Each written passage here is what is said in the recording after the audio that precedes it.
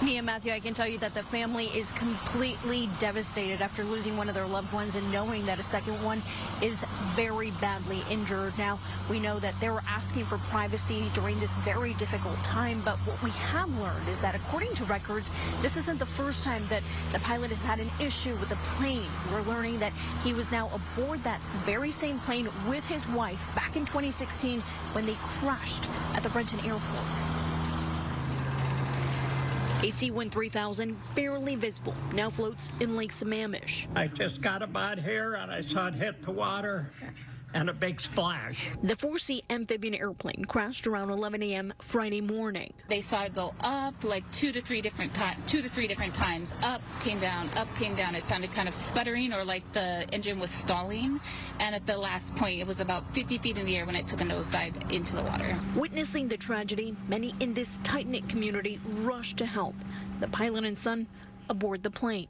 Plane was kind of sinking, and so I jumped in the water and reached down into the cockpit and felt that there was somebody down there. Matt, a Good Samaritan who lives nearby, says he jumped in the water trying to save the men. The pilot was trapped under the water. Went underneath and undid his seatbelt and then dragged him out of the cockpit up onto the underside of the wing. Aerial views show people out on boat were among the first to provide CPR. Matt says he and another neighbor, a doctor, pulled the pilot to a dock. He had a pulse, but unfortunately, he died. First responders made sure he wasn't alone. They carried his wife down, and she couldn't make it down, and it was quite a moment. And I was glad that she was able to get some time with him before they transported him to hospital. Fox 13 looked into the C-13000 and its pilot. His license is active, and he's certified to fly seaplanes.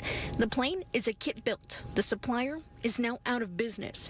According to the National Transportation Safety Board, the C-13000 crashed nearly 7 years ago at the Renton airport. Reports say the pilot and his wife were headed to Lake Sammamish from California back on September 18, 2016, when they had a landing incident at 90 miles per hour on one of the runways. The pilot submitted these images as part of the investigation, saying the plane had a hydraulic leak which caused the crash. The pilot repaired the plane, according to reports.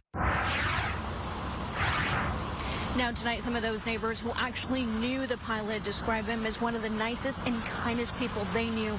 They say this is a very tough loss for them. The community still heartbroken after today's incident, but it's still unclear exactly what led up to the crash.